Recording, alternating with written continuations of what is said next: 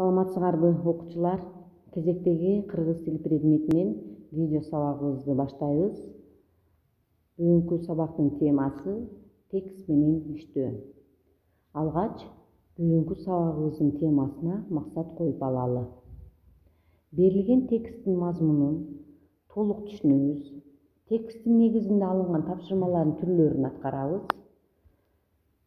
Тапшырмалардын түрлөрүн аткаруу менен логикалык ой жүгүртүүбүздү өстүрөбүз жана китеп окуп сабактуу болууга багыт алабыз. Балдар, бүгүнкү текстибизге кайрылгандан алдын төмөнкү видеого көңүлүңөрдү бурмакчымын.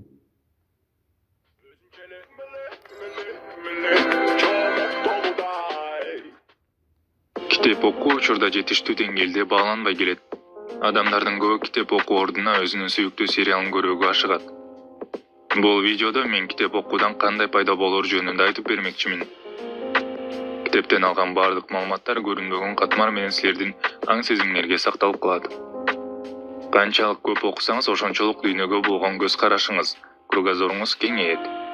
Жана айланадагы адамдардын ойлоруна көз каранды болбой, ар кыл ситуацияларда башка бурчтан караганга туура жыйынтыктарды чыгаруу жөндөмүңүз өнүгө баштайт. Эгерде сиз окуп алган маалыматтарыңызды унутуп калган болсоңуз деле, сиздин сөз байланыңыз өсөт. Кандай гана адабиятты окуган адам болбосун, анын ара тардык жиберчилиги китеп окуган адамга салыштырмалуу алда канча чоң экендиги далилденген. Сөз байлыгынын болуусу мурда сизге түшүнүксүз болгон темаларда баарлашууга, башка адамдарга ойлогон оюңузду так жеткирүүгө керек болот. Эс тутум жакшырат. Көркөм адабият же болбосо илимий адабиятты окуу учурунда сиз эсиңизде көптөгөн каармандарды, терминдерди, мотивдерди сактоого туура келет. Ошого байланыштуу канчалык көп окусаңыз, ошончолук жаңы маалыматты эсте сактоого оңоюраак болот. Жашоодо адамдардын ысымын оңой жаттоого, башкаларды кунт коюп угууга жөндөмдүүлүгүңүз өсөт. Китеп окуу өмүрдү 2 жылга узартат. Йел университетинин окумуштуулары далилдеген факт. Китеп окуганда ми клеткалардын арасындагы байланыш күчөйт. Бул өз кезегинде нейродегенеративдүү оорулардын пайда болуусун сактайт. Китеп окуу эске сактоо жөндөмүн жакшыртып, депрессия менен күрөшүүнүн жакшы ыкмасы болуп саналат. Окуу стрессти төмөндөтөт. Окумуштуулар менен дарыгерлер стресстин адам организминдеги оорулардын 60%-нын себепчиси болоорун айтып келишет. Узак убакытка созулган стресс инсультту 50%, жүрөк кан тамыр ооруларынын пайда болуусун 40%-га жогорулатат. Ал эми китеп окуу стресстин деңгээлин 68%-га төмөндөтө алат экен.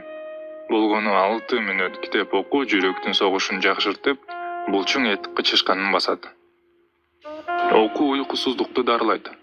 Көптөгөн адамдар жатар алдында планшет менен телефонду карап жатышат. Алардан чыккан көк түстүү жарык организмдеги мелатонин гормонунун бөлүнүүсүн алсыратат. Ал эми китеп окуу жатар алдында уйкуну чакырат экен. Китеп окуу кыйын учурлардан чыгууга жардам берет. Кээ бир адамдар китепти чындыктан качуу деп эсептешет, бирок илимий изилдөөлөр көрсөткөндө китеп окуу коомдогу жөндөмдөрдү жогорулатаарын көрсөткөн. Китепти көп окуган адамдар башкалар менен тил табышып, кыйын учурлардан чыгуусуна, керек болсо жакшы көргөн адамын түшүнүүгө да жеңилирээк болот экен. Эгерде бул видео жаккан болсо, каналга катталып, видеонун астына лайк басып, Эмесе балдар, жогорку видеодон мен силерди ойлойм көп пайдалуу, керектүү маалыматтар ала алдыңар деп. Ошол видеонун негизинен бүгүнкү биздин текстибизге китепти көп окуп, ден соолукта бол деген теманы коюп алалы. Анда текст менен иштөөгө өтөлү. Алгач текстти кунт коюп угабыз. Азыркы турмушубузда ким гана стрессти кабылбайт. Ошол стресстен чыгуунун жолдору катары достор же болбосо тууган тушкандарыбыз менен бак аралап, сейилдөө, музыка угуу жана баарлашып отурууну эсептейбиз. Ал эми кадимки эле китеп окуу менен стресстен арылууга болоорун баарыбыз эле биле бербейбиз. Китеп окуу менен адам музыка угууга же сейилдөөгө караганда 2-3 эсе тез стресстен арылаары аныкталган. болгону табитиңе жараша китеп тандай бил. Ошондой эле китеп окуу башкача салмак кошуп семирип кетүүнөн сактайт.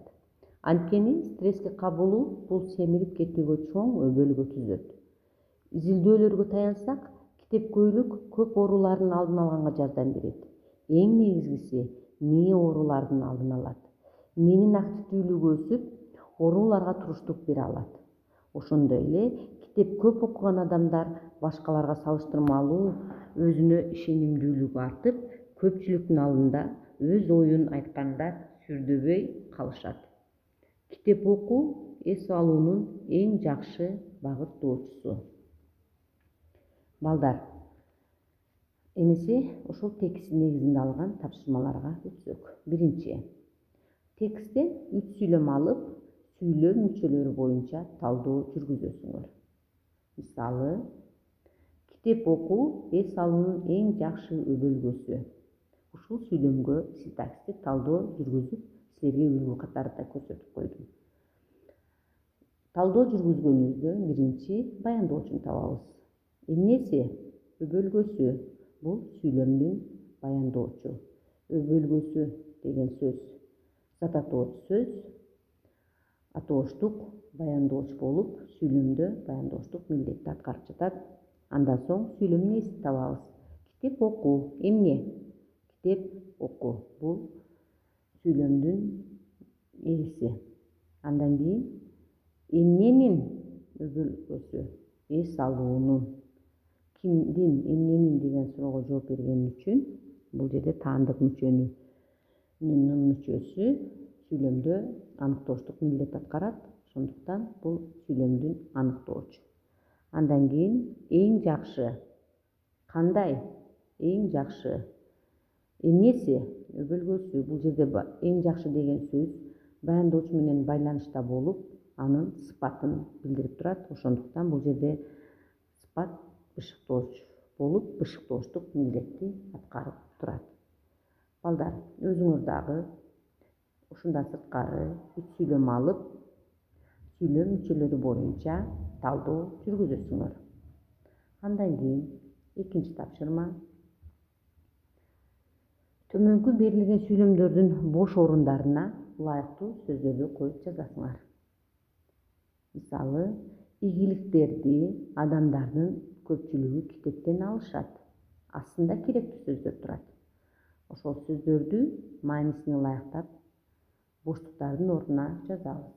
Кийинки сүйлөм. Ар бир китеп адамдардын дүйнөгө болгон жана жашоодогу баалуулуктарын. Астында керектүү 3 сөздү маанисине ылайыктап, ошол боштуктардын ордун толтуруп жазабыз. Андан кийин 3-үнчү тапшырма. Китеп жөнүндө бир макал же болбосо учкул сөз жазып бергиле дейт. Демек, китеп жөнүндө өзүбүз интернет булактарынан же болбосо китептерден алып, таап, жазып жазабыз. Балдар, силерге берилүүчү тапшырмалар ушул текст негизинен алынган 3 сүйлөмдү аласыңар, ага синтаксистик талдоо жүргүзөсүңөр. Андан соң боштуктардын, берилген сүйлөмдөрдөгү боштуктардын ордун толтуруп жазасыңар жана китеп жөнүндө бир макал же болбосо учкул сөз жазасыңар. Эмесе бүгүнкү сабагыбыз соңуна чыкты. Кайрадан көрүшкөнчө.